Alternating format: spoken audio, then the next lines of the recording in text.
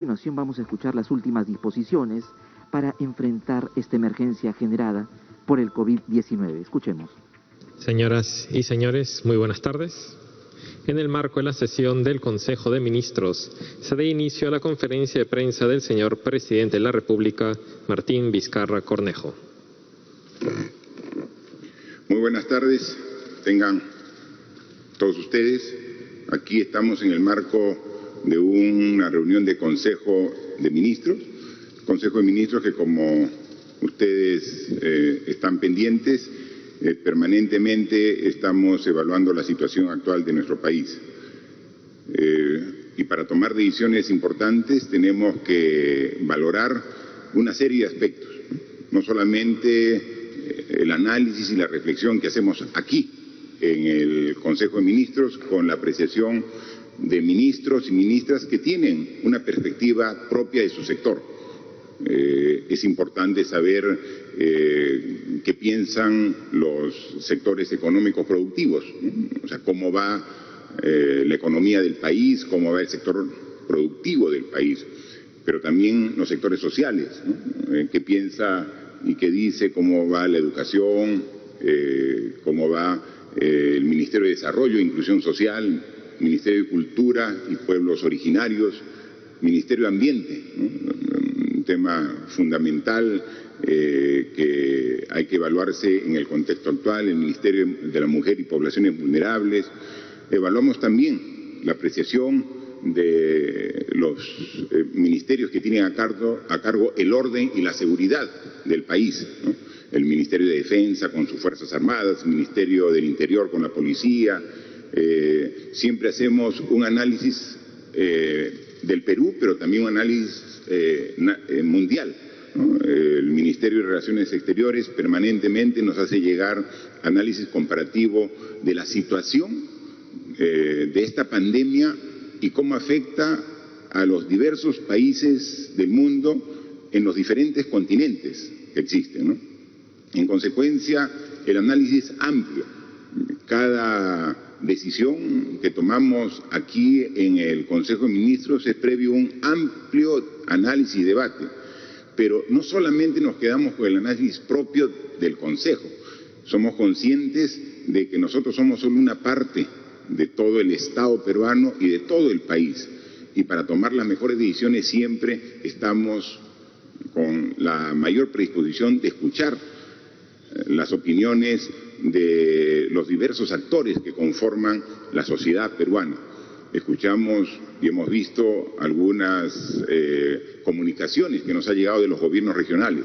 Ellos tienen su propio análisis, ellos tienen la propia vivencia de su realidad. Es diferente lo que está ocurriendo en Piura de lo que está ocurriendo en Tacna. Es diferente lo que sucede en Cajamarca o lo que sucede en Loreto. Y es diferente lo que sucede incluso aquí en Lima, lo que está sucediendo, por ejemplo, en Pueblo Libre o en San Juan del Lurigancho. Es decir, es complejo nuestro país, es compleja la situación por la que estamos viviendo y por eso hay que escuchar todas las opiniones, todos los análisis, todos los comentarios. Y entonces también escuchamos hoy, hemos estado 4 horas escuchando a diversos expertos sobre el tema específico de la evolución de esta enfermedad, sobre cómo va la capacidad de respuesta del Estado en el sistema de salud, y también hemos estado en reuniones virtuales con los alcaldes. Al inicio de la semana hemos tenido una reunión virtual con la Asociación de Municipalidades del Perú. En consecuencia, para tomar las decisiones tenemos que analizar a profundidad cuál es la situación del país, la situación de la enfermedad, los niveles de contagio, cómo avanzan, los niveles de respuesta, pero también, y quizás la parte más importante de la toma de decisiones, es analizar el sentir ciudadano, escuchar, como se hace notar en su opinión, el ciudadano común.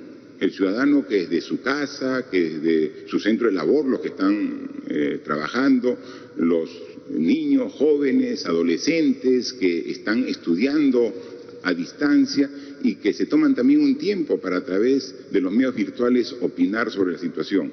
Su opinión es sumamente importante y todas las tomamos en cuenta. Y ahí vamos haciendo cuentas y llegando a la conclusión de que la evolución de esta enfermedad ha sido mucho más rápida de lo que pensábamos. No hace mucho estábamos dando la información casi un poco sorprendidos de que ya 1 millón de ciudadanos en el mundo tenían el contagio del virus COVID-19. No hace mucho, hace semanas hablamos de 1 millón de contagiados. Hoy ya estamos bordeando a los 4 millones a nivel mundial. O sea, 4 millones que ya tienen el virus. Así de rápido ha sido el contagio de este virus en todos los países del mundo. Y la letalidad también es alta. Más de 270.000 personas en el mundo han perdido la vida a consecuencia del contagio que sufrieron por el coronavirus, el COVID-19. Lo que hace ver que el daño que está causando esta enfermedad a nivel mundial es muy alto, en la salud, en la vida, pero también en la sociedad en su conjunto, en la economía, en el aspecto laboral. Son daños realmente incalculables y en nuestro caso, en el Perú, también haciendo referencia con diferentes etapas de nuestra historia. Vemos que la consecuencia del COVID-19 en nuestro país también es de un daño inconmensurable y que nos obliga a tener respuestas del mayor esfuerzo y buscando siempre la unidad y buscando siempre la respuesta conjunta de todos los peruanos, como siempre lo hemos hecho cuando tenemos este tipo de retos en la historia de nuestra vida. Son 54 días en que estamos en este estado de emergencia. El día 15 de marzo tomamos la decisión de declarar el estado de emergencia y lo hicimos por un periodo de 15 días para ir evaluando. Y ahí hemos ido dando extensiones del plazo del estado de emergencia porque el virus es un virus nuevo y nadie sabe a nivel mundial exactamente cuál es la evolución propia del virus. Y entonces, al igual que nosotros en el país del Perú, todos los países del mundo van evaluando y van tomando decisiones, van evaluando y van tomando decisiones. Y ahora, si pueden ustedes apreciar, casi a nivel mundial, los que han tomado este tipo de decisiones de cuarentena para poder contener el contagio del virus, han extendido de forma reiterativa en varias oportunidades. Y nosotros tenemos que hacer la evaluación en función de nuestra situación actual. Cuando empezó esta epidemia en el Perú, un 6 de marzo, y cuando comenzó a propagarse el contagio que nos llevó a tomar la decisión de declarar el estado de emergencia el día 15 de marzo, vimos de que la tasa de contagio era muy alta, o sea, venía muy veloz el contagio. Si no tomábamos decisiones fuertes, drásticas en ese momento, iba a ser imposible de atender los miles y miles de infectados y que iban a generar miles y miles de muertos. Tomamos la decisión y ahora hemos evaluado y podemos decir de que los resultados hasta el momento han logrado bajar el nivel de contagio que al inicio de la cuarentena era de una magnitud de 3 a una magnitud alrededor de 1 ahora. ¿Y eso qué significa? Significa de que al inicio, sin ninguna medida restrictiva, cada persona que se contagiaba, a la vez contagiaba a 3 más. Y cada uno de esos 3 contagiaba a 3 más. Imagínense ese efecto multiplicador del contagio. 1 infecta a 3. Cada uno de los 3 contagiados infectan a 3. Entonces ya son 9. Cada uno de los 9 infecta a 3. Ya son 27. Esa progresión teníamos que evitar. Y entonces hemos bajado esa tasa de contagios que era altísima, de 3 a 2.5, a 2, a 1.5 y ahora estamos por el borde de 1. Es decir, en la actualidad, con esa inmovilización social que se da fruto a la cuarentena, al estado de emergencia, lo que dicen las cifras es que más o menos cada persona que tiene la enfermedad, que tiene el virus, contagia a 1. Entonces ese a la vez contagia a otro más y otra vez uno más, pero ya no contagia a 3 como era al inicio. Ese esfuerzo de todos los peruanos con el estado de emergencia ha logrado bajar la tasa de contagios de 3 a una tasa que está poquito más de 1. Y entonces, ¿podemos decir que hemos llegado al objetivo? No. Podemos decir que hemos, fruto al esfuerzo de todos los peruanos, bajado la tasa de contagio de 3 a 1.1, 1.2, que es lo que se estima actualmente. Pero no es suficiente. Tenemos que bajar aún más. Y ese es el gran reto que tenemos por delante. Ese es el gran encargo que tenemos que ahora asumir todos los peruanos. El esfuerzo ha sido grande. Todos hemos sufrido estos 54 días de estado de emergencia, todos. No hay nadie que pueda decir aquí en nuestro país que no le está pasando duro, que es momento difícil. Todos tenemos dificultades, todos. Pero ha valido la pena el esfuerzo, que valga la pena completamente hacer un esfuerzo adicional para bajar la tasa de contagios de 1 a menos, para que ahí sí comience a disminuir la tasa de contagios. Ahora estamos por el borde de 1. ¿Qué tenemos que hacer? Primero, tenemos que extender el estado de emergencia por 2 semanas más. Tenemos que extender hasta el día domingo 24, porque no sería responsable de parte de nosotros como autoridad, no sería responsable de mi parte como presidente, que cuando estemos por el orden de una tasa de contagio de 1, levantar el estado de emergencia. Eso podría generar un rebrote y regresar a niveles que teníamos antes.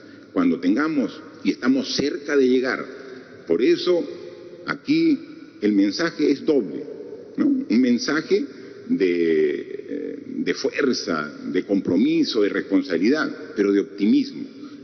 Estos 54 días de esfuerzo de todos los peruanos ha permitido esa bajada de la tasa de contagio, pero todavía no hemos llegado a la meta, ¿no? Y es ahí donde yo te convoco a ti, peruano, peruana, ciudadano, ayúdanos, ayúdate, juntos hagamos este esfuerzo final en estas 2 semanas para que esa tasa de contagio que ya está por el límite de donde queremos llegar, podamos bajar de ese nivel que nos permita decir que los niveles de contagio, es decir, que cuando bajemos de la tasa de contagio de 1, quiere decir que va a haber más gente que se cura que gente que se enferma.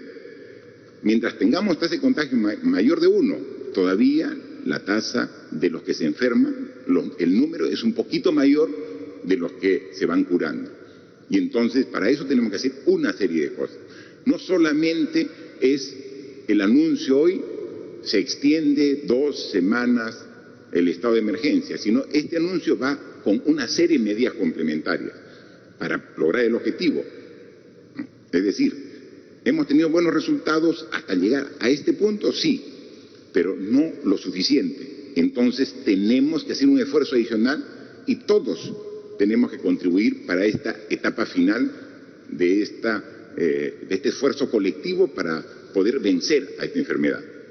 ¿Y en qué consiste? En primer lugar, queremos que no solamente un esfuerzo nacional similar al que veníamos haciendo. En estos 54 días hemos estado evaluando dónde están los principales focos de contagio. Y los focos de contagio se dan, entre otros, en los mercados, en los bancos de las personas que van a cobrar sus bonos y en las líneas, en los vehículos de transporte y en los paraderos. En cada uno de esos 3 espacios de contagio tenemos que intervenir. Para ello, en el caso específico de los bancos, tenemos que lograr que atiendan en el pago del bono un horario más extendido. Actualmente los bancos están atendiendo a todas las personas que van o a cobrar su bono o a hacer algún trámite desde las 9 de la mañana, algunos bancos hasta las 2 de la tarde, otros hasta las 3 de la tarde. Ese es un horario muy pequeño en tiempo para poder atender la gran cantidad de gente que va a cobrar su bono. Porque, como hemos dicho, este mes de mayo es el mes clave para el pago del bono universal. Nosotros dijimos de que más o menos vamos a atender con el bono universal de 760 soles a alrededor de 6.700.000 o 6.800.000 hogares. En este mes de mayo, nuestro compromiso es hacer el pago de los 760 por lo menos a 5 millones de hogares, en el ámbito urbano y en el ámbito rural, en este mes de mayo, ¿no? Sí, aquí me está escuchando la ministra de Economía, que ya tiene dispuesto el presupuesto correspondiente. Me está escuchando la ministra de Trabajo, que tiene parte de la responsabilidad de esa transferencia económica. Y está escuchándome la ministra de Desarrollo e Inclusión Social. Este compromiso es a nivel nacional, o sea, tenemos que cumplirlo. En este mes tenemos que hacer el abono, la transferencia, el depósito a los que tienen cuenta de 5 millones de hogares que van a recibir sus 760 soles, para que puedan soportar toda esta larga cuarentena, este largo estado de emergencia y puedan atender sus necesidades básicas. Pero son 5 millones que van a ir a los bancos a lo largo de todo el mes. Ya una parte importante ya ha ido en la primera semana y desde fines del mes de abril están yendo a los bancos. Entonces, ¿qué medida, por ejemplo, vamos a dar en esta nueva etapa a partir del día lunes, este lunes 11? ¿Qué va a ocurrir? De que la inmovilización obligatoria, que ahora es a partir de las 6 de la tarde, se corre hasta las 8 de la noche. O como quieran llamarle, algunos le dicen toque de queda, que es a partir de las 6 de la tarde hasta el día domingo, o hasta el sábado, porque el domingo es inmovilidad total todo el día, este domingo. Entonces, a partir del día lunes 11 de mayo, varía. Y vamos a poder hacer las transacciones bancarias, financieras, o también las compras en los supermercados, en los mercados, hasta la hora, hasta las 8 de la noche. Obviamente, los bancos no van a trabajar hasta las 8, porque tienen que permitir el tiempo suficiente para que los clientes y los propios trabajadores de los bancos puedan retornar a sus domicilios. Pero sí va a permitir de que la atención en los bancos por lo menos sea hasta las 4 de la tarde.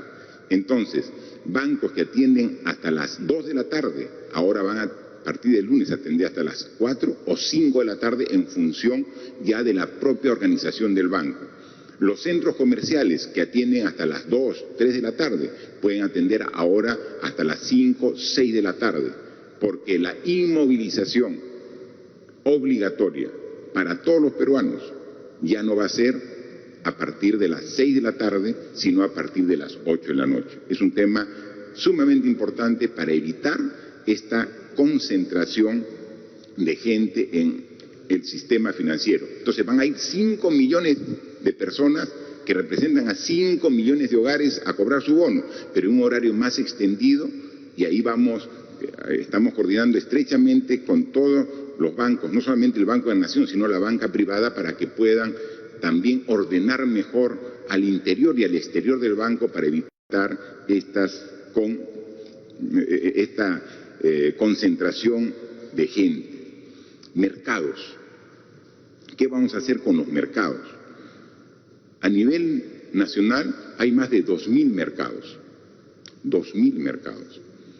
Pero hemos identificado 380 que tienen que ser intervenidos ya, en este mes.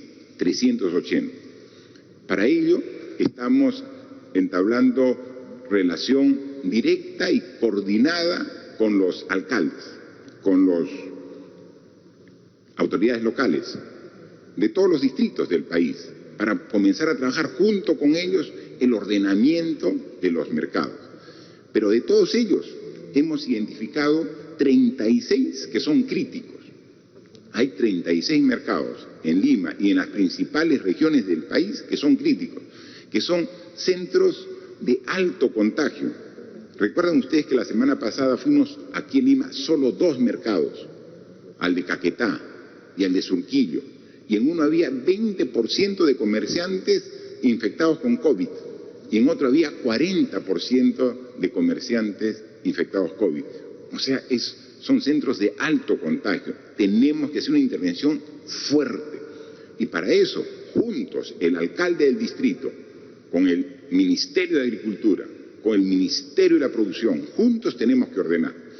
Si disminuimos la afluencia de gente en determinadas horas en los bancos, porque vamos a hacer un horario extendido, si corregimos el caos y el desorden que existe en la mayoría de mercados del Perú, que son los principales focos de contagio, tengan la seguridad que vamos a disminuir la tasa de contagio, que es lo que estamos buscando. Ya estamos cerquita, nos falta este esfuerzo adicional, pero para eso necesitamos la colaboración. Trabajar así, de la mano con los alcaldes, pero además de trabajar de la mano con los alcaldes, de la mano con la asociación de comerciantes, porque los mercados están organizados, tienen una asociación de comerciantes y ellos quieren vender. Yo estoy seguro que los comerciantes no tienen ninguna intención de contagiar con el virus a los clientes. Entonces, si nos juntamos los comerciantes con la autoridad municipal, el alcalde, y nos juntamos también con nosotros como gobierno, con el Ministerio de Agricultura, dando el soporte, el presupuesto que requiera, vamos a hacer de los mercados ya no un centro de contagio, sino un centro de abastos como debe ser, ordenado, limpio, con un ingreso, una salida, espacios donde al ingresar uno se lava las manos con agua y con jabón, cuando sale hace lo propio, o sea, exactamente lo que uno requiere para evitar el contagio. Lo propio también tenemos que hacer con los vehículos de transporte urbano, controlando el aforo. Ya incluso hemos podido apreciar que algunos buses están yendo con mayor cantidad de gente en su interior de la que debe ser permitido. Estamos en una situación especial, extraordinaria. Estamos ahora en una situación crítica de emergencia. Todos debemos colaborar. En consecuencia, ya los buses ya no pueden ir repletos los asientos y con gente parada. Eso sería un tremendo lugar de foco de contagio. Entonces tenemos que controlar. Hay todo un programa que los tenemos trabajando aquí con el Ministerio de Transporte y Comunicaciones, pero que tiene que ser implementado con las autoridades locales. Es decir, esta etapa es fundamental la interacción que hagamos gobierno nacional, gobierno regional, municipios, con este mismo objetivo. Al inicio, cuando se veía lejos el virus, no había realmente una toma de conciencia. Había unas ciudades que decían, el virus está en Lima. Como decíamos aquí, cuando decíamos, el virus está en China. Sí, pues en China, es un problema de China, el coronavirus de China. Después dijimos, el virus está en Europa. Y después llegó al Perú, y después se extendió por el Perú. Y ahora vemos que es un problema no ajeno, es un problema nuestro. Y siendo nuestro problema, en nosotros está la solución. ¿Y podemos dar la solución? Sí podemos dar. Así como hemos bajado la tasa de contagio hasta 1, ahora vamos a disminuir de 1, con medidas inteligentes y todos trabajando de manera unida en ese objetivo. Mercados, bancos, extensión del horario para evitar la concentración de la gente. Pero eso sí, tenemos que ser todavía bastante drásticos en las regiones que tienen mucho contagio actualmente. Iquitos, Tumbes, Piura, Lambayeque, La Libertad mantendrán su horario de restricción actual. todo el resto del país estamos ampliando esta restricción de inmovilización obligatoria de 6 a 8. Evaluaremos en el transcurso de los próximos días la realidad específica de estas regiones para también hacer modificaciones, pero por el momento su restricción será como es hasta hoy, hasta las 4, a partir de las 4 de la tarde. Manifestarle que, como también anunciamos, hay algunas actividades que van a comenzar a iniciar de manera gradual. Hay algunas actividades económicas que van a generar trabajo que de manera gradual y progresiva vamos a iniciar en los próximos días y semanas. La única condición es que haya el control suficiente para que este inicio de actividades no genere tampoco rebrote del virus. Se están tomando todas las precauciones, estamos tomando todas las consideraciones y cuidados correspondientes para comenzar algunas actividades ya, empezar a partir de las próximas días. Manifestar también que hoy estuvo aquí presente el jefe de Salud Mental del Ministerio de Salud, el doctor Yuri Cutipé, ¿no? Un connotado especialista en salud mental, y precisamente me comentaba que dentro de su especialidad de salud mental, su subespecialidad es salud mental en niños, ¿no? Y a él le pedimos que nos haga una explicación sobre qué podemos hacer con los niños, ¿no? Para que puedan ellos también salir de la casa por lo menos algún tiempo. Y nos ha justificado con una exposición muy profesional y con mucho sustento de que deberíamos permitir que salgan los niños hasta los 11 años de edad o hasta los 14 años de edad. Había dos alternativas, de 11 y de 14. Finalmente, conversando con el ministro de Salud y el ministro de Educación, que son los directamente más involucrados en este tema, que podían salir hasta los 14 años de edad por media hora hasta 500 metros alejados de su domicilio. Pero sin embargo, también nos decía de los riesgos que podría tener en contagio de los niños y llevar el virus a la casa, que tiene que ser en compañía de un adulto. Entonces, dado que se tiene que hacer una difusión e información adecuada, hemos dicho que esta medida la vamos a implementar con una semana de desfase. Es decir, a partir del día lunes 18 vamos a implementar ya esta facilidad para todos los niños, lo que nos va a permitir que a lo largo de toda esta semana una campaña de difusión, cuáles son los cuidados que deben tener. Pero a partir del día lunes 18, niños acompañados de un adulto, de su padre, van a poder salir hasta los 14 años, hasta 500 metros.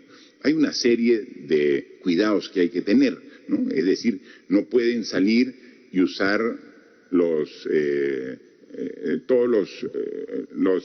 en los parques existen columpios, existen juegos, entonces no pueden usar esos juegos, porque puede ser que ahí en las barras, en los pasamanos, en los asientos esté el virus, y ellos van inocentemente, después de 54 días de haberse cuidado en su casa, salen, cogen una superficie y luego regresan ya con el virus a su hogar. Entonces, hay que dar una serie de difusión que nos ha recomendado y que queremos difundir a lo largo de esta semana para que a partir del día lunes 18 se permita la salida, y eso será también parte de la educación que vamos a dar en este proceso, ¿no? Manifestarle que también hemos, por ejemplo, aquí nos hizo llegar el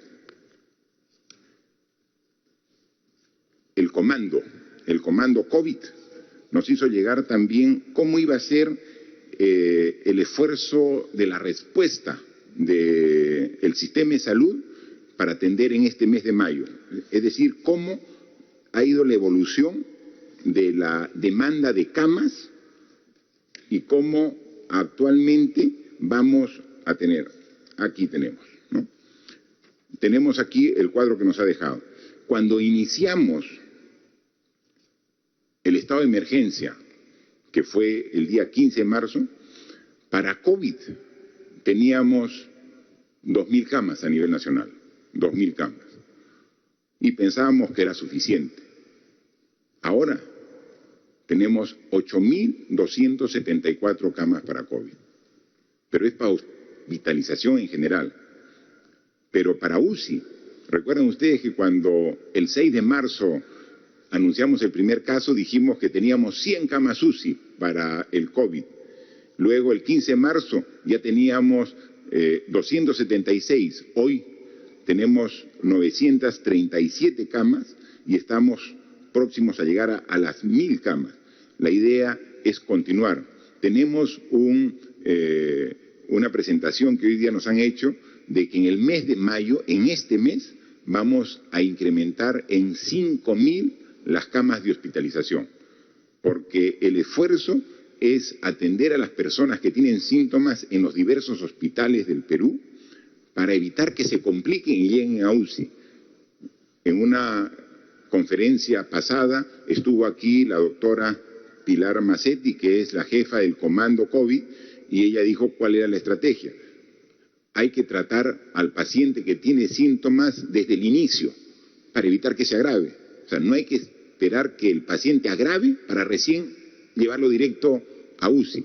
Si hacemos un tratamiento temprano de la enfermedad, ni siquiera requiere ir al hospital, ¿no? Y esa es la nueva fase y etapa que está planteando el Ministerio de Salud. Se ha identificado cuáles son las regiones que tienen el mayor índice de contagio.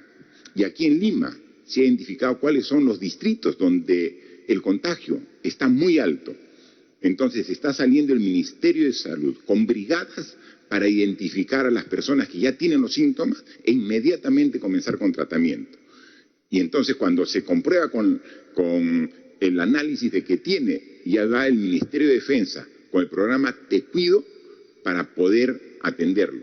Entonces queremos en esta etapa llegar a la etapa inicial de la enfermedad para ahí, con un buen tratamiento, evitar que se complique la enfermedad para ir al hospital. Si van a ir al hospital, estamos aumentando 5.000 camas más. Ahora hay 8.274 y vamos a incrementar 5.000 camas adicionales. No solamente en Lima, estamos concentrando el incremento de camas en Iquitos, en Piura, en Lambayeque, en La Libertad, en Ancash, pero en Chimbote y en Huaraz, en Pucallpa, en Ucayali, en Arequipa y en Cusco. Los expertos, y en función de la proyección, han determinado que ahí tenemos que ampliar camas. Si más adelante se requieren para otras regiones, inmediatamente se harán las decisiones correspondientes. Pero para esas ciudades ya se va a incrementar, y obviamente para Lima, 5.000 camas adicionales. Obviamente no se va a construir un hospital, son hospitales de emergencia, son hospitales de campaña, pero debidamente equipados con el personal de salud correspondiente para que puedan atender a los pacientes de COVID. No queremos que la demanda supere a la capacidad de respuesta. Lo hemos visto que ha ocurrido en algunos sitios y eso queremos corregirlo, y entonces estamos haciendo un esfuerzo muy importante. Hemos tenido una amplia reunión, se ha visto el procedimiento y en este mes de mayo vamos a incrementar estas 5.000 camas con la inversión que corresponde, para lo cual se está sacando las normas correspondientes y el presupuesto será transferido por el Ministerio de Economía y Finanzas. Para todo ello tenemos que garantizar orden y seguridad. Un estado de emergencia se cumple eficientemente en base a dos requisitos, ¿no? Uno, el compromiso y responsabilidad de usted. O sea, si usted, ciudadano, cumple las indicaciones que hemos dado hace más de 50 días, vamos a continuar en el proceso hasta eliminar el contagio. Pero también requerimos de una policía y una Fuerza Armada comprometida con el estado de emergencia, con el respeto de todos a las normas que damos y a la autoridad. Y por eso es que hoy el ministro del Interior y el ministro de Defensa me están también retomando todo este esfuerzo con el nuevo horizonte que tenemos de estado de emergencia, ¿no? Y redoblando su compromiso, su esfuerzo y su entrega, no solamente ellos, sino de todos los efectivos, que son 150.000 efectivos de la policía y las Fuerzas Armadas, que en Lima y en todo el Perú van a estar en las calles haciendo cumplir estas indicaciones. Son 80.000 policías que van a estar en las calles y son 70.000 miembros de las Fuerzas Armadas que se suman a la policía, que apoyan, que respaldan a la policía en mantener el orden, mantener la seguridad y la disciplina que se requiere para este tipo de acciones. El Ejército ha dispuesto 50.000 efectivos entre oficiales, técnicos y tropa, la Marina 12.800 y la Fuerza Aérea 5.700, un total aproximado de 70.000 miembros de las Fuerzas Armadas, que con más 80.000 policías son 150.000 efectivos que van a estar en las calles haciendo cumplir estrictamente lo establecido por el bien de todos los peruanos.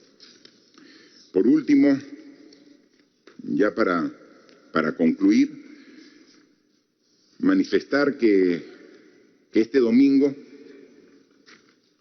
es el Día de la Madre y es el ser que representa más para uno. Yo creo que el símbolo de entrega, de compromiso, de amor, es la madre. Y vamos a estar este domingo con inmovilización total. Los que tienen a su madre, si viven con ella, seguramente la saludarán, pero muchos no viven con ella. Ya han hecho su propio hogar y están alejados de su madre. Y claro, el mayor anhelo es ir y estrecharle entre tus brazos y darle un fuerte abrazo y un beso a tu madre, ¿no? Y no lo vamos a poder hacer porque somos responsables. Y creo que el mayor sacrificio que debemos hacer este domingo 10 de mayo, Día de la Madre, es protegerla, cuidarla. Y así como le hemos dado muchos besos y abrazos antes, esperar un tiempito más para nuevamente retomar con esas muestras de cariño. La mayor forma de demostración del amor a nuestras madres, a los que la tienen. Yo ya la perdí hace 6 años, pero a los que tienen su madre viva, presente, cuídenla, cuídenla, protéjanla. Y ahora la forma de proteger a la madre es mantenerla lejos hasta que pase esta enfermedad. Esto va a pasar. Vamos a dominar esta enfermedad, la vamos a vencer. Es duro, difícil, pero la vamos a vencer. Y ahí vamos a regresar nuevamente para abrazar, estrechar a todos nuestros seres queridos, empezando por las madres y por las personas que queremos y que lamentablemente ahora tenemos que mantenernos alejados de ellas. Así que un feliz Día de la Madre a la distancia, como corresponde en esta época tan difícil que estamos viviendo. A las madres de cada uno de ustedes, pero también a las madres que van a estar seguramente ese día trabajando. Hay madres que son médicos, que son enfermeras, que son policías, que son parte de las Fuerzas Armadas, madres que están en condiciones muy difíciles, que trabajan en las municipalidades, en Serenazgo, que también son parte de la primera línea, municipios, gobiernos regionales, madres que, a pesar del riesgo de contagio, siguen esforzándose por llevar el pan para su familia. A todas ellas, un abrazo a la distancia. Y por ellas y por todas las familias, hagamos este esfuerzo todos los peruanos de poner esta etapa adicional de compromiso para poder salir airosos. Estoy seguro que lo vamos a hacer, estoy convencido que lo vamos a hacer. Y cuando superemos esta etapa, todos vamos a decir que valió la pena el gran esfuerzo y vamos a salir fortalecidos y renovados para hacer de nuestra patria, el Perú, el país grande que todos queremos. Muchas gracias. Preguntas. Gracias, presidente, ministros. La primera pregunta es de Radio Impacto Chinchero de Apurímac. Sabiendo que ya ingresamos a una crisis en el sistema de salud en el Perú y no se cuenta con la implementación de hospitales, así como en provincias, caso Apurímac, a pesar de contar con la minera Las Bambas, considerada eje principal económico nacional, Apurímac carece de atención especial en los sectores salud y agricultura. Caso específico, la construcción de nuevas infraestructuras equipadas de hospitales en Andahuaylas y Abancay se encuentran inconclusas. Por otro lado, el proyecto del hospital de la provincia de Chincheros, con más de 65.000 habitantes, atiende además parte del sector Braen Ayacucho. Proyectos en gestión desde más de 15 años. A la fecha, no se concreta su ejecución porque PRONIS hace más observaciones, sin apoyar, resolver o asesorar para levantar las observaciones. ¿Qué políticas de Estado ejecutará para atender el sector salud con mayor eficiencia y celeridad? Al igual que ocurre en el sector agricultura, gran parte de productores entraron en un enorme fracaso tras la declaración de emergencia. ¿Qué apoyo se brindará a este sector y otros? Finalmente, el Estado peruano informó que a través del MEF vienen transfiriendo recursos económicos a los gobiernos locales, pero las autoridades de Apurímac indican que no les han transferido ningún recurso económico. Al contrario, les han reducido el Fondo Común. ¿O solo es para regiones con mayores casos de COVID? Gracias. Es una amplia pregunta que toca varios temas. El tema de salud yo le pediría que nos responda el ministro de Salud y luego complementaremos las otras preguntas. Gracias, señor presidente. Compatriotas, buenos días. Buenas tardes. En relación con la pregunta, y muy específicamente en el caso de estas áreas del país, nosotros hemos estado desarrollando asistencia técnica fundamentalmente para el caso de la infraestructura, equipamiento y ampliación de las capacidades de respuesta por parte de la red hospitalaria. En otros casos, nosotros hemos firmado convenios con los gobiernos regionales para ser la unidad ejecutora de esas infraestructuras. Y eventualmente las regiones también pueden ejecutar otro mecanismo como es obra por impuestos para acelerar el proceso de ejecución de esas obras. Ciertamente durante el tiempo de cuarentena todo el proceso de ejecución de obras se ha enlentecido. Sin embargo, eso no significa que nosotros como Ministerio de Salud dejemos de hacer nuestra labor principal, que es el de la asistencia técnica.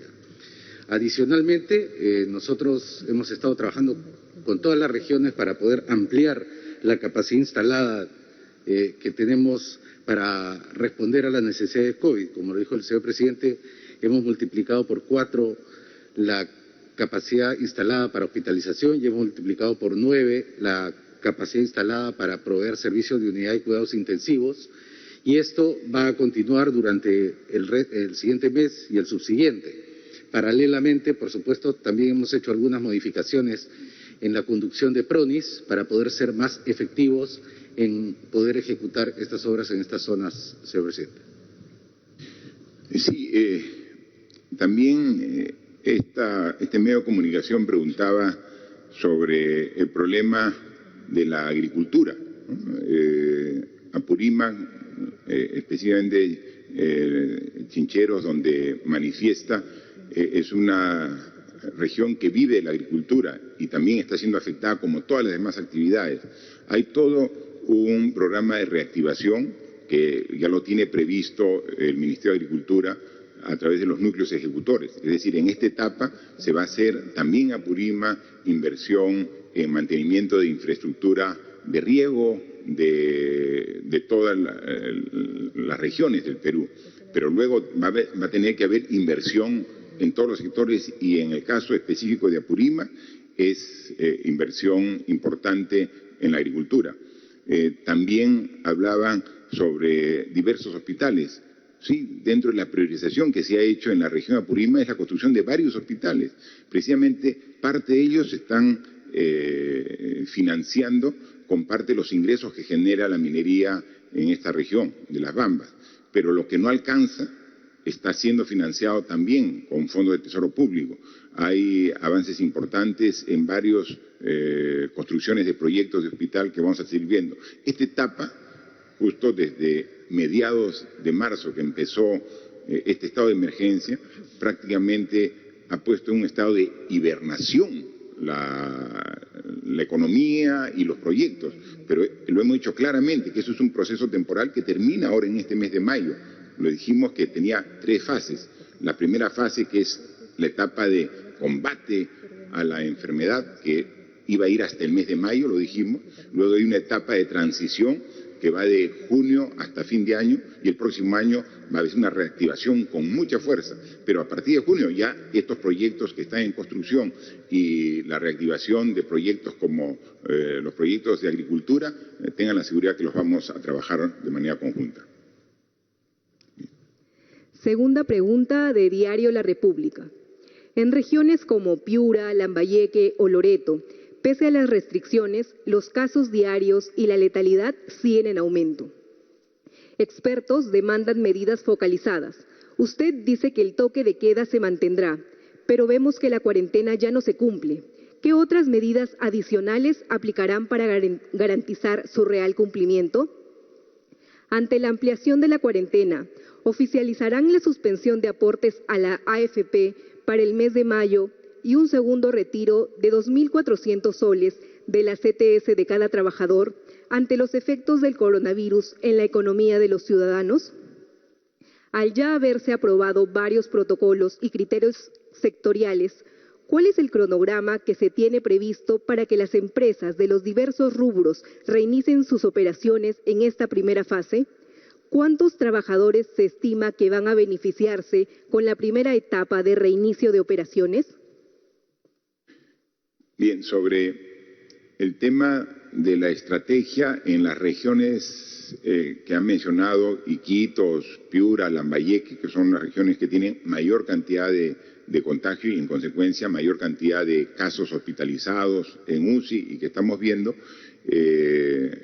lo hemos discutido y hemos estado conversando ampliamente hoy en la mañana cómo vamos a ampliar la cantidad de respuesta del sistema de salud, ¿no? Y eso quisiera que nos amplíe el ministro de Salud y la parte de medidas económicas, la ministra de Economía, por favor. En el caso de las zonas más afectadas, nosotros estamos desplegando todo nuestro esfuerzo para continuar con el apoyo a las zonas. Hoy día, por ejemplo, la viceministra de Salud se encuentra en Ucayali, que es una zona también severamente afectada por la epidemia. Se ha desplazado con un contingente de profesionales, equipos médicos, insumos, medicamentos. En el caso de Piura, Loreto y Tumbes, continuaremos con nuestro apoyo tratando de cubrir las necesidades. Yo estoy buscando acá el dato específico. En el caso de Loreto, además de lo que hemos expandido en el caso de camas, que ha hecho Salud, que ha hecho el propio Ministerio de Salud, ha ampliado zonas de hospitalización, se ha establecido un puente aéreo donde estamos distribuyendo oxígeno medicinal. Hemos comprado 9.000 metros cúbicos de oxígeno que se está distribuyendo todos los días, y, además de los medicamentos. La propuesta para la expansión más específica dentro de estas 5.000 camas que usted, señor presidente, ha anunciado, se encuentra la expansión de camas de 500 camas en Piura, en Lambayeque de 344, en La Libertad de 100 camas, con sus respectivas UCIs, 45 y 56 y 25 respectivamente, y en el caso de Loreto y Ucayali, las camas de hospitalización van a llegar al número de 500, y en el caso de las UCIs vamos a implementar 35 UCIs en el más breve plazo para seguir apoyando estas zonas. Bueno, la lista continúa para el resto del país, seguramente lo vamos a publicar toda la lista completa, pero específicamente para estas zonas, esa es lo que vamos a expandir en el corto plazo. Bien, y adicionalmente de la atención hospitalaria que la estamos incrementando, o sea, hay una atención, hay 500 camas a las actuales que tiene Piura para atender los casos COVID. En este mes vamos a ampliar 500 camas en Piura, 300 camas en Iquitos, 300 camas en Lambayeque, por decir las 3 regiones, pero ese es para los que van a hospitalización. Pero también parte de la estrategia es atender a los que tienen el virus, pero que no necesitan hospitalización. Entonces hay una atención y hay todo un sistema que se está implementando ahora, que lo puede detallar el ministro de Defensa. Por favor, ministro. Gracias, señor presidente. Sí, hay muchas personas que tienen los síntomas o son detectados como positivos y son asintomáticos. A estas personas se les está aislando si tienen las condiciones en sus domicilios o se les está aislando en algún centro diferente a su domicilio, acá en Lima, por ejemplo, en las Torres Panamericanas. Además de aislarlo a la persona que está infectada, también se le aísla a toda la familia y contactos que ha tenido, porque probablemente ya están contagiados. Y si se le aísla en la casa, se le hace un seguimiento clínico, tanto médico como de apoyo psicológico.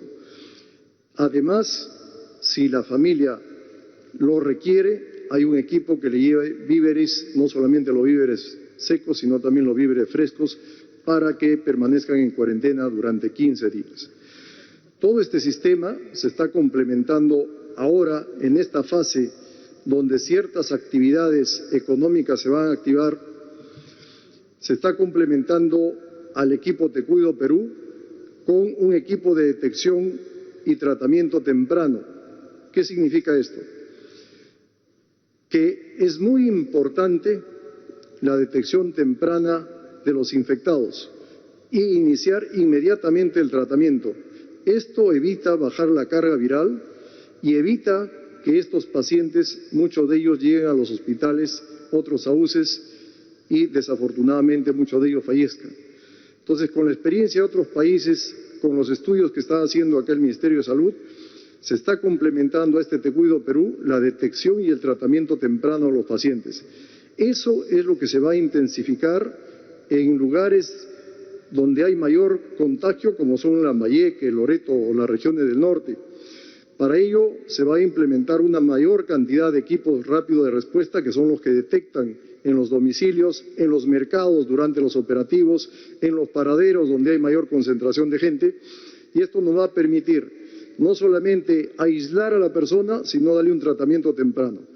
Esto es una estrategia global que va a ser muy eficiente, que va a permitir que mucha gente ya no llegue a los hospitales y tampoco llegue a estados de situación crítica o grave. Por favor, ministra de Economía, para completar la respuesta. Gracias, presidente. Quisiera también aprovechar para complementar la la respuesta a la primera pregunta, que entiendo que es una preocupación de varios municipios y gobiernos regionales. Primero quiero referirme al financiamiento a los gobiernos locales. Somos totalmente conscientes de la caída en la recaudación que han experimentado, no solamente a través de sus impuestos predial, sino también el Foncomún, que está directamente relacionado con el IGB.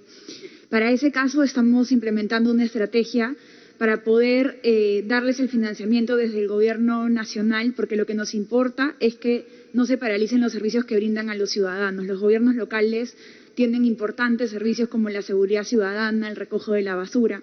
En ese sentido, a través del decreto de urgencia 047, se transfirió sin excepción a los 1.874 municipios 311 millones de soles para poder enfrentar los gastos críticos de abril y mayo, y estamos trabajando en una plataforma de información para poder tener la información detallada de estos servicios esenciales, planillas de sus trabajadores y poder realizar las transferencias en lo que queda del año para evitar la interrupción del servicio. También comunicarles que en la quincena de mayo estaremos transfiriendo los 800 millones a los gobiernos locales en consistencia con el plan de incentivos municipales para los gobiernos locales que hayan cumplido las metas del año pasado. Eso también va a poder capear ese temporal. Y como saben, también en el marco del COVID hemos lanzado un nuevo plan de incentivos municipales que este año se van a transferir 300 millones sujetos al cumplimiento de metas muy relevantes como el tema de los mercados. También quisiera complementar información referida al financiamiento de la agricultura. Como Ejecutivo también hemos hecho un primer esfuerzo. Tenemos el bono rural, que está fuertemente focalizado en agricultores. Además, como lo ha hecho el presidente, mediante el decreto de urgencia 041 se ha transferido unos primeros 150 millones para generación de empleo temporal a través de núcleos ejecutores. Además, el Fondo Agroperú cuenta este año con 440 millones para financiamiento directo y garantía para pequeños productores agrarios. Este fondo ya está en implementación y además Agrobanco a través del FIPA tiene 100 millones para también financiamiento a bajas tasas de interés. Esto es parte de un apoyo inicial al sector agricultura, que somos absolutamente conscientes de la situación por la que están pasando y estamos en continua evaluación de estas medidas. Respecto a las preguntas específicas sobre el tema de AFPs y CTS, nosotros no vamos a ampliar estas medidas en la medida que el proyecto de ley aprobado del Congreso permite acceder a los ahorros privados y sabemos que las personas que realmente lo necesitan van a ser muy responsables respecto al acceso a estos fondos. Sobre la reanudación económica, como saben, nos hemos planteado una estrategia bastante prudente que toma en consideración las recomendaciones sanitarias. En la primera fase esperamos que la economía pase de un 44% de operación a un 70%. Esperamos que aproximadamente 1.4 millones de trabajadores vuelvan a sus actividades, pero estamos absolutamente conscientes que es importante, y como lo ha anunciado también el presidente, implementar algunos mecanismos, sobre todo en el transporte público, para poder evitar los contagios. Muchas gracias, presidente. Gracias, por favor. La tercera pregunta es de Radio Pachamama de la región Puno. En la región de Puno, de 162 casos confirmados de coronavirus, el 98% no presenta sintomatología. El CENAMI ya informó del inicio de las temporadas de heladas y descenso de las temperaturas que se extenderá hasta agosto. Señor presidente, ¿por qué no se garantiza la atención de recién nacidos, niños menores de 5 años y adultos mayores en hospitales de Minsa y Esalud para que reciban sus vacunas contra la influenza y neumonía?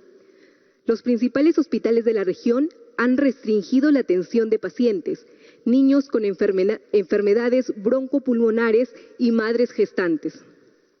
¿A qué se debe ese trato? ¿Cómo se hará para distinguir pacientes con coronavirus y pacientes con neumonía o gripe estacional? ¿El MINSA tiene algún protocolo? Ayer, el Ministerio de Vivienda informó que el MINSA no pudo importar más pruebas de diagnóstico de COVID-19. En Puno, las autoridades indican que el desabastecimiento será hasta por 3 semanas en medio de la fase inicial de la infección comunitaria. ¿Cómo se hará para controlar la propagación de la enfermedad? ¿Por qué aún no se implementa el laboratorio biomolecular en Puno? El stock de enoxaparina es ínfimo en los hospitales de Puno. ¿Hay la decisión del gobierno de comprar este medicamento?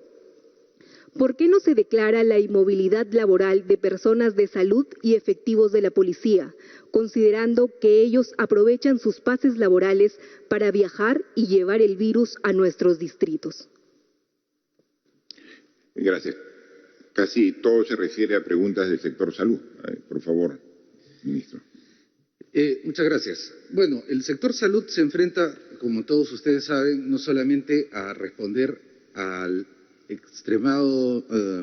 extremada violencia de esta epidemia, que ha incrementado el número de casos a más de 50.000 en un poco más de un mes y que ha puesto en tensión todos los servicios, sino que además de ello tiene que continuar en la medida de sus posibilidades brindando servicios regulares.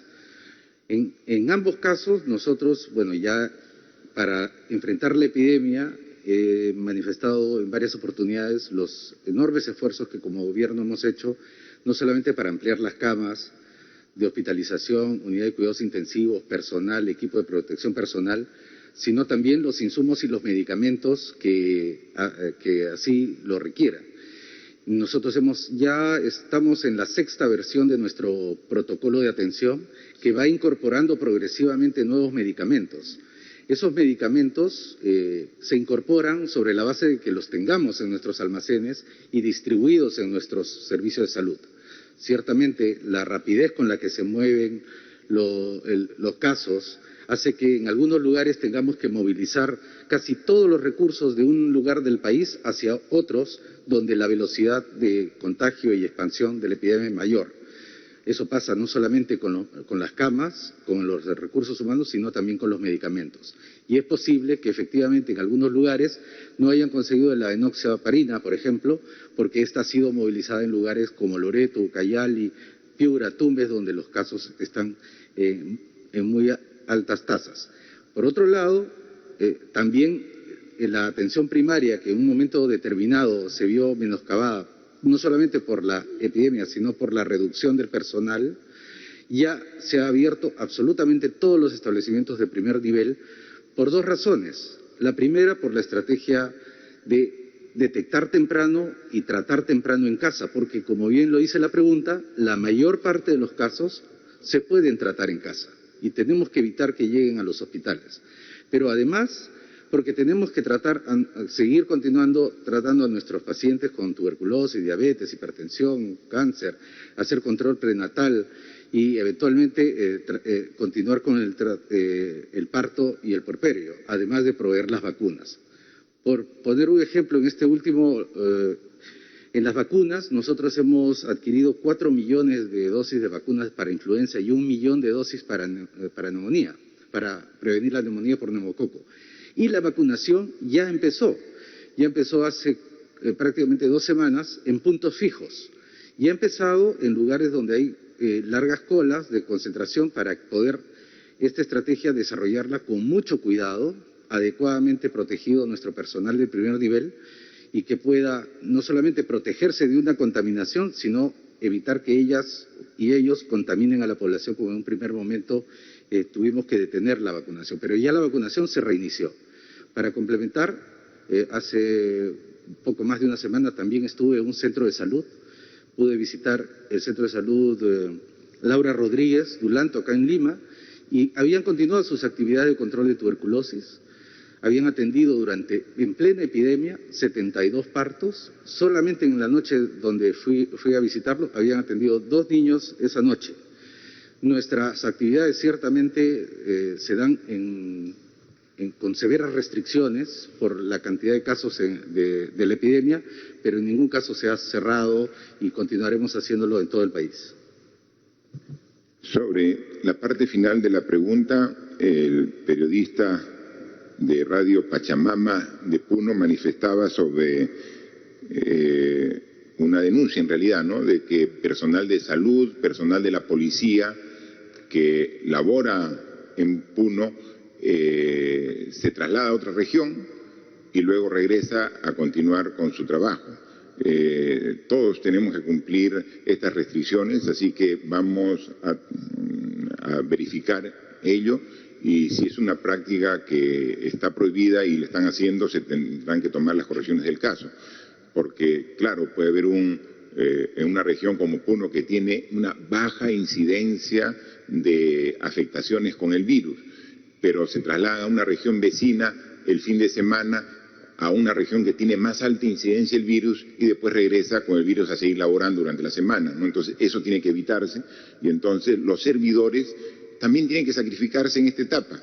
O sea, hasta que el tema esté superado, tienen que, incluso durante su descanso, permanecer en el ámbito donde desempeñan su trabajo, sea personal de la policía, del sector salud, de las Fuerzas Armadas. Es muy importante, con mayor razón, si son trabajadores del sector público, funcionarios públicos que se deben al público, deben definitivamente cumplir las especificaciones y restricciones que estamos cumpliendo todos los peruanos.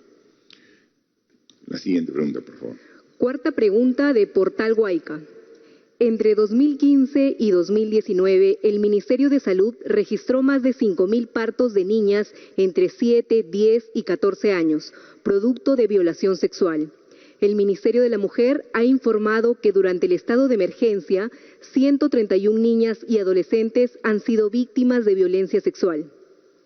Estas niñas han recibido el kit de emergencia y la anticoncepción oral de emergencia para evitar embarazos que pongan en riesgo sus vidas.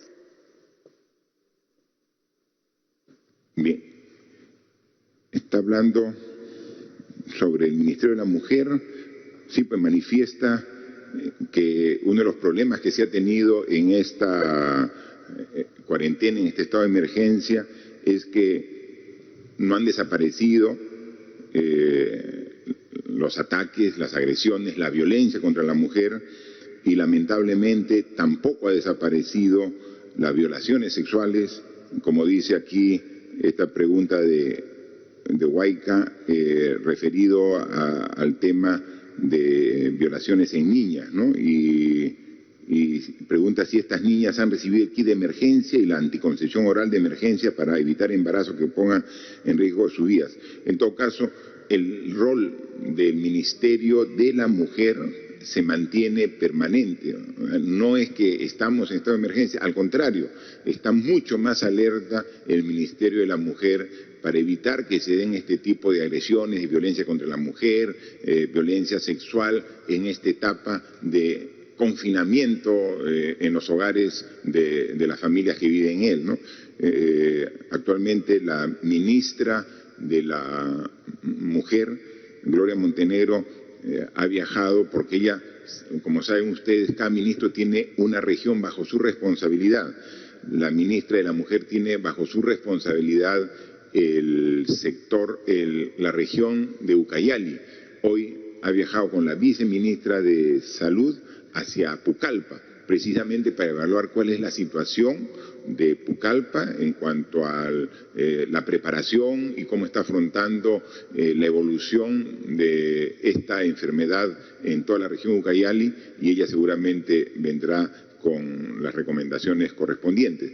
Pero si pudiera hacer algún comentario la viceministra que reemplaza a la ministra aquí respecto al accionar del ministerio en esta época de estado de emergencia para cumplir el rol que tiene, por favor.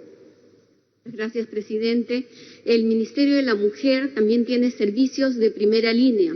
Tenemos la Unidad de Protección Especial y los Centros de Emergencia Mujer que no están funcionando. El Centro de Emergencia Mujer ha constituido equipos de atención urgente para abordar estos casos. En total son 226 casos de violencia sexual contra niños, niñas y adolescentes que se ha producido en esta etapa. Y estos servicios han activado todos los mecanismos de protección judicial, pero también de acogimiento a ellos. La Unidad de Protección Especial ha dictado medidas de protección hacia estas niñas y están a buen recaudo. se hacen las coordinaciones con el Ministerio de Salud en general para que la atención en salud también sea de acuerdo a lo que es la normatividad y se les pueda emitir el kit de protección que ellas requieren. Muchas gracias, por favor. Última pregunta de Semana Económica.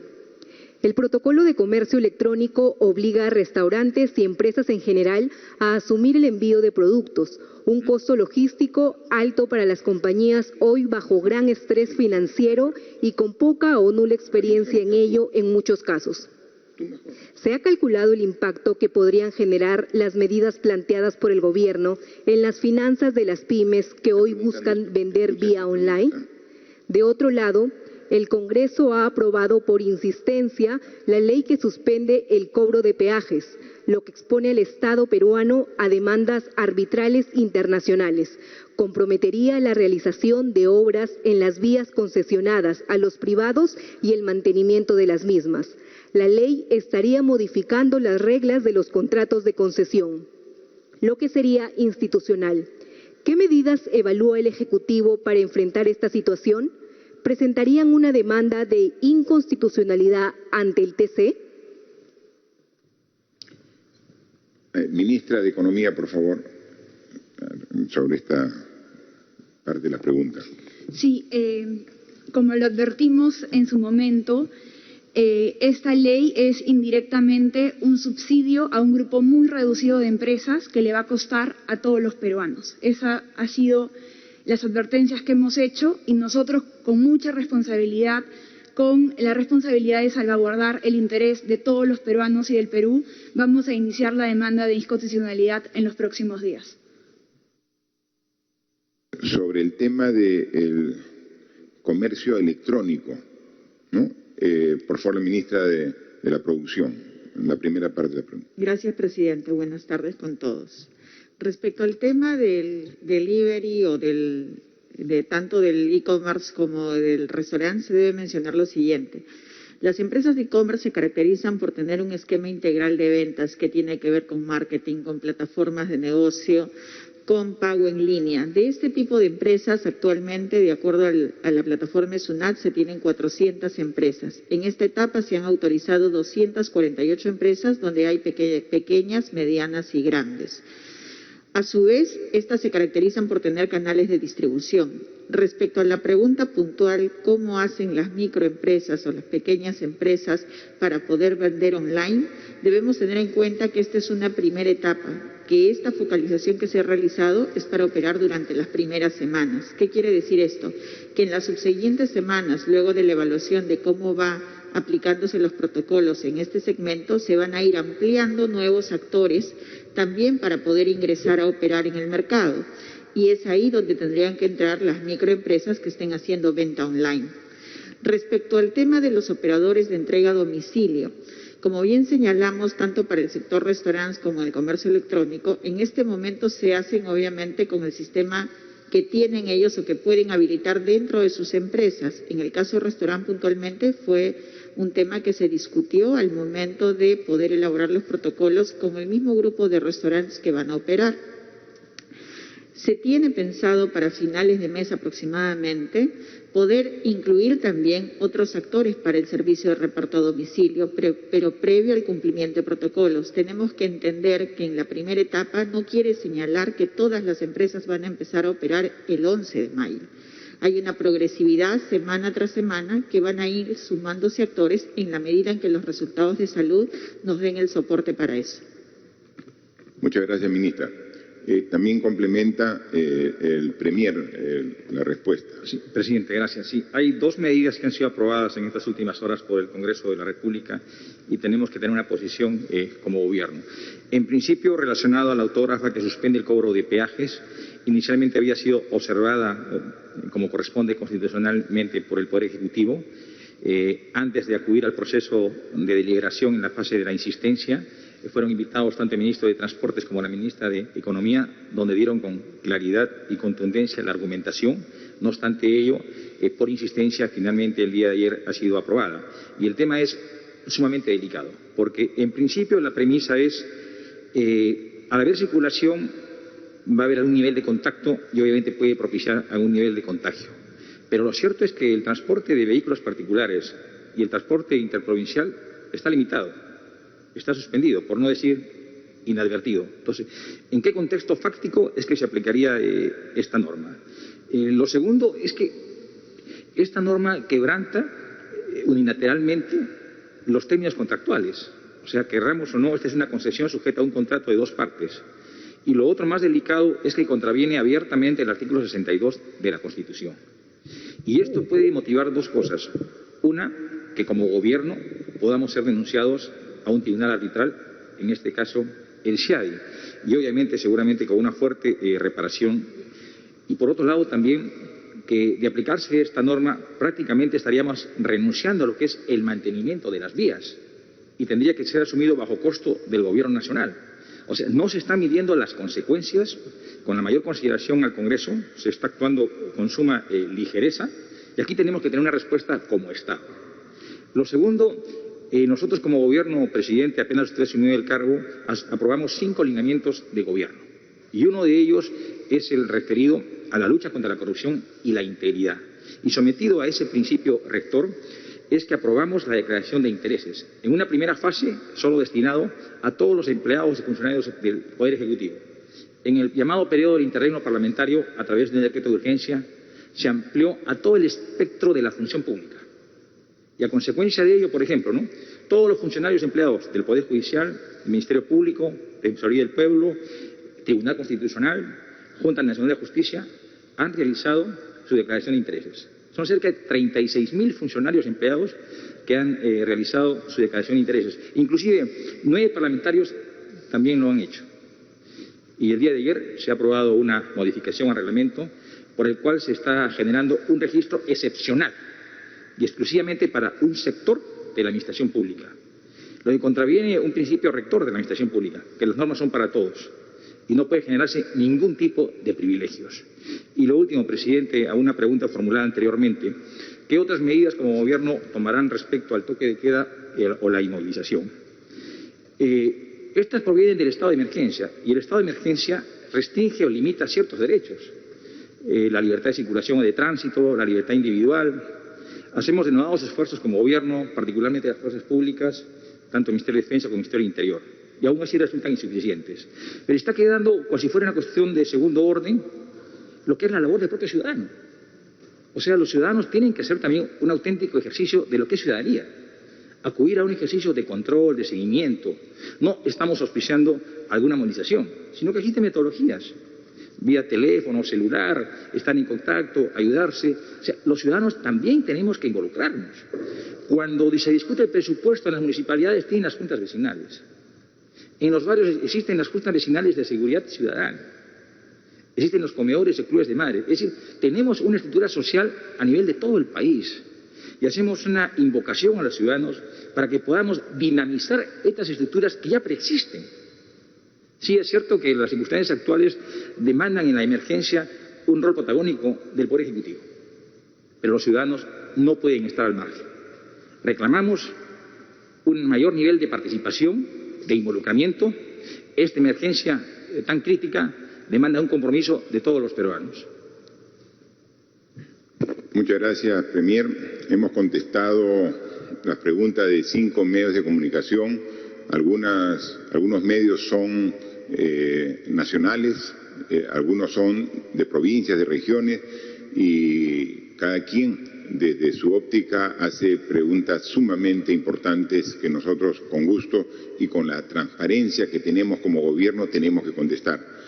Transparencia que hay que mostrar en todos los actos y transparencia que también mostramos para ver si es que hay hechos de corrupción, sean investigados, sean denunciados y sean castigados en cada uno de los actos que hacemos nosotros. Y tenemos que continuar con este esfuerzo, porque la atención puesta de toda la ciudadanía en el COVID, en la pandemia, no puede generar de ninguna manera el aprovechamiento de otros intereses. O sea, no porque estemos concentrados en el combate de esta pandemia, vamos a ser laxos con la corrupción, de ninguna manera. Si hay alguna denuncia de corrupción, seremos los primeros en ir hasta las últimas consecuencias, sea en nuestras instituciones, en un ministerio, sea gobierno regional, sea municipio. Tenemos que luchar contra la corrupción. O sea, no puede haber motivo de que, escudados en la pandemia, escondidos detrás del coronavirus, alguien esté haciendo actos ilícitos. No lo vamos a permitir, porque eso debe tener doble castigo: el aprovechamiento para usos y fines personales de recursos del Estado, cuando todos los peruanos estamos sufriendo. Y por eso también me sumo a la indignación del Premier al haber sido testigos el día de ayer, donde el Congreso de la República ha eliminado para ellos la declaración de intereses. O sea, de ninguna manera. O sea, si estamos todos luchando para hacer más transparente la gestión pública, si quizás llegamos a esta situación de los problemas que tenemos por esta enfermedad, porque hemos tenido un Estado que no ha estado a la altura de lo que requiere la ciudadanía de él, porque ha sido un Estado que ha trabajado su función, su rol a medias, con corrupción, con una serie de vicios que como instituciones públicas se tienen. Y lo que más daño hace a un correcto desempeño es la falta de transparencia. Es lo que más daño hace. O sea, cuando hay cosas escondidas, cualquier cosa puede ocurrir. Todo tiene que estar sobre la mesa. Todo. Por eso es que damos este tipo de conferencias muy frecuentes. O sea, diciendo, cuando hay cosas buenas que decir, las anunciamos. Y cuando las cosas no están saliendo como quisiéramos, también tenemos que decir, porque somos transparentes. Tenemos que aquí estar frente al pueblo diciendo cómo va la evolución. Cómo no hubiéramos querido decir, miren, ya está controlada la epidemia y todo regresa a una relativa normalidad. No, tenemos que seguir esforzando y lo decimos, a pesar que esta decisión genere en muchos malestar, angustia, rechazo incluso, pero somos pues responsables y somos transparentes. Y la transparencia significa que cada una de tus decisiones tiene que ser auditada por el pueblo, más que por la Contraloría, más por el Ministerio Público, que ese es su rol hacer. Quien tiene que velar es la población, si somos funcionarios públicos. Y entonces por eso existe la declaración de intereses. Y declaración de intereses que todos debemos públicamente mostrar para que el pueblo la vea. Yo espero que recapacite el Congreso de la República y corrija la decisión que ha tomado el día de ayer, que han decidido ellos por sí solos de que la declaración de intereses de los congresistas queda solamente para el Congreso, cuando el presidente, los ministros, los funcionarios les ponen en un portal, vean, si es que cualquiera de nuestras decisiones compromete algún interés particular. Eso es lo que tiene que ser, transparencia, lo que necesitamos. O sea, no aprovechemos esta tensión mayoritaria de la población en esta pandemia que nos afecta para tomar este tipo de decisiones que van en contra de lo que hemos estado trabajando y esforzándonos tanto tiempo.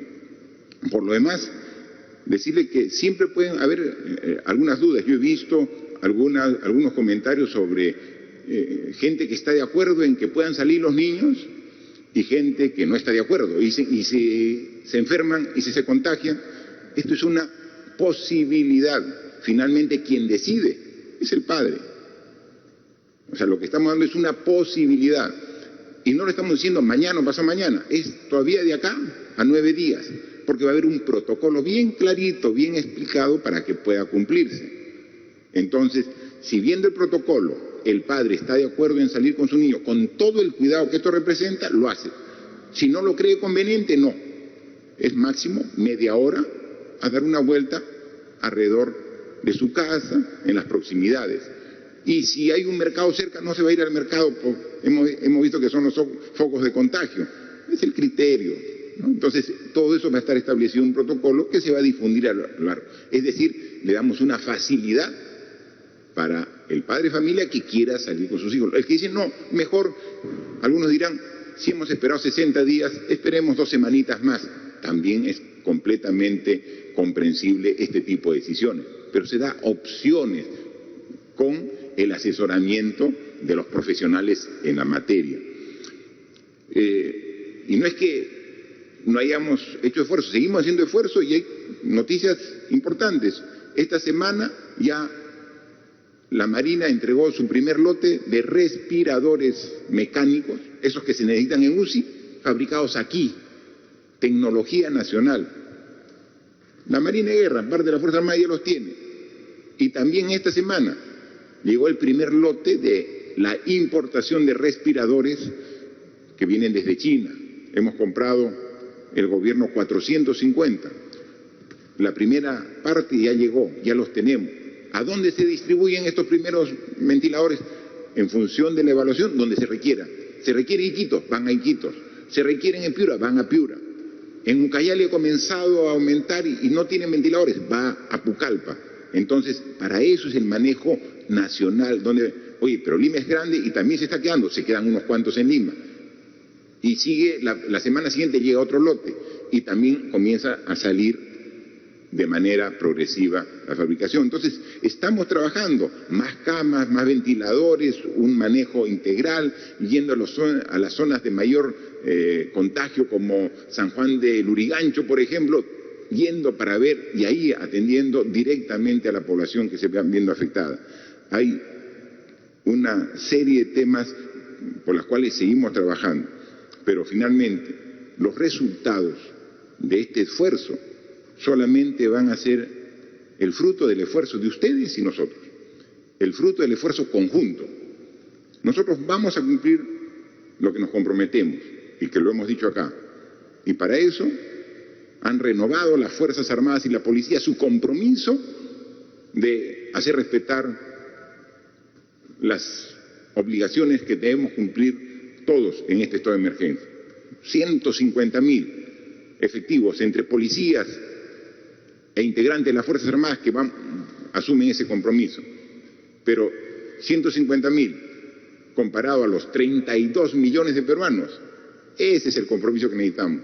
Muy bien, y valoramos el compromiso y la ratificación de esfuerzo de las Fuerzas Armadas y la Policía, pero tiene que ir sumada al compromiso de los 32 millones de peruanos. Todos. Estoy seguro que vamos a vencer esta terrible situación y vamos a demostrar que los peruanos somos capaces de asumir estos grandes retos. Así que a trabajar, a seguir adelante, y este fin de semana nuevamente no vamos a poder darle un saludo directo por el Día de la Madre, pero aquí reiterarle nuevamente el ser más querido por todos. La madre es la representación en sí del amor, de la entrega, del sacrificio.